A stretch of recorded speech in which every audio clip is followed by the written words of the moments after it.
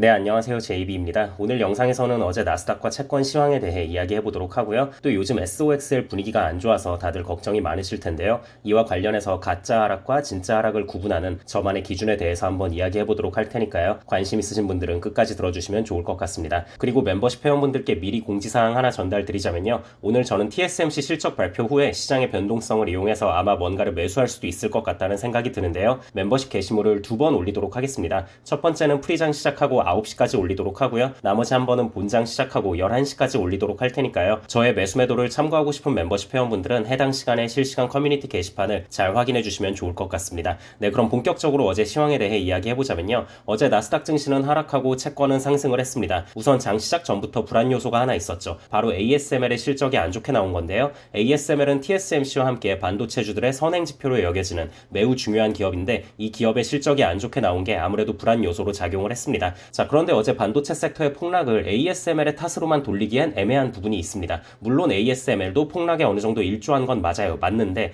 근데 그게 그렇게 막대한 영향을 끼칠 것이라면 프리장부터 반도체 섹터가 작살났어야 하거든요. 근데 막상 프리장과 본장 초반 상황을 보신 분들은 아시겠지만 반도체 섹터를 전체적으로 보면 그렇게 흔들리지 않았습니다. 그리고 ASML이 폭락하는 와중에도 시장은 TSMC에 대한 기대감을 잃지 않으며 오히려 TSMC 주가는 상승을 했던 상황이었고요. 심지어 어제는 국제유가와 채권금리가 간만에 안정세를 보이기도 했잖아요. 그럼 도대체 뭐가 시장을 뒤흔들었나 하고 봤더니 이런 소식이 전해졌더라고요. 한국으로 치면 국정원에 해당하는 이스라엘의 모사드라는 정보기관이 있습니다. 근데 이 모사드의 정보국장 출신 인사의 입을 통해서 지금 이스라엘이 이란의 핵시설 타격에 대해 논의 중이라는 소식이 나온 거예요. 그래서 그동안 시장은 이스라엘과 이란의 전쟁 이슈는 어느 정도 종결된 것으로 받아들이는 분위기였는데 갑자기 다시 한번 전쟁 이슈가 부각되면서 안전자산 선호 심리로 채권으로 매수세가 많이 몰렸습니다. 또 이런 어수선한 분위기 속에 새벽 2시에 있던 20년물 국채 입찰도 좋게 잘 끝날 수 있었고요. 반대로 그동안 많이 오른 반도체 섹터는 때마침 ASML의 실적도 잘 안 나왔겠다. 크게 하락하며 마무리했습니다. 자, 그런데 저는 어제의 하락은 좀 억지스러운 면이 많다고 보거든요. 물론 ASML이 걸려 있었으니 완전 100% 억지까지는 아니지만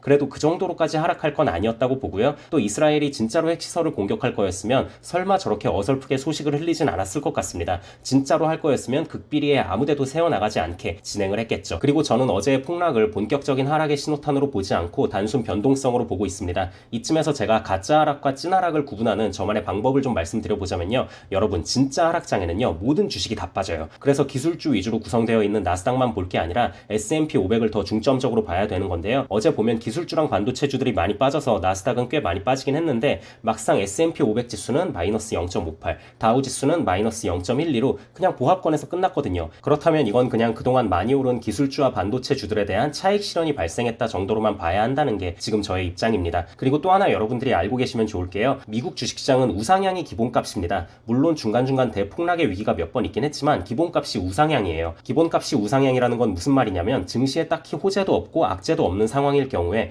횡보하거나 떨어지는 게 아니라 오히려 오를 확률이 더 크다는 말이거든요. 그래서 하락을 하면 사람들이 왜 매도를 했는지 그 심리를 유추해보는 게 중요해요. 지금 이게 뚜렷한 악재가 있어서 불안해서 털고 나간 건지 아니면 단지 그냥 딱히 호재랄 게 당분간 더 없을 것 같은데 하고 나간 건지. 만약 후자의 경우라면 저는 이건 저가 매수 찬스로 보는 게 맞다고 생각합니다. 그리고 어제의 경우는 후자에 더 가깝다고 보는 게 저의 현재 입장이고요. 그리고 TSMC 실적에 대해서 말씀 좀 드리자면요. 이 영상이 올라가고 얼마 안 있어서 TSMC가 실적을 발표할 텐데요. 저는 어제 멤버십 커뮤니티 게시판에서도 말씀드리긴 했지만 TSMC 실적이 좋게 나올 것이라고 생각합니다. 일단 매월 발표하는 TSMC의 매출이 계속해서 어닝 서프라이즈를 냈기 때문에 실적이 안 좋을 수가 없다고 생각하고요. 또 지금 시장에서 걱정하고 있는 게 가이던스인데 가이던스도 괜찮을 거라고 봅니다. 왜냐면 지금 곳곳에서 들려오는 소식이 AI 개발에 돈을 쏟아붓는다는 소식밖에 없어요. 당장 그 전날 테슬라도 데이터 센터 확장에 AI 투자 비용을 올해에만 14조 원 더 늘린다고 했죠. 또 인도가 이번에 AI 개발을 위한 GPU를 사기 위해 엔비디아와 계약을 맺었다는 소식도 들려왔고요. 마이크로소프트도 데이터 센터를 3배 이상 늘린다고 했고요.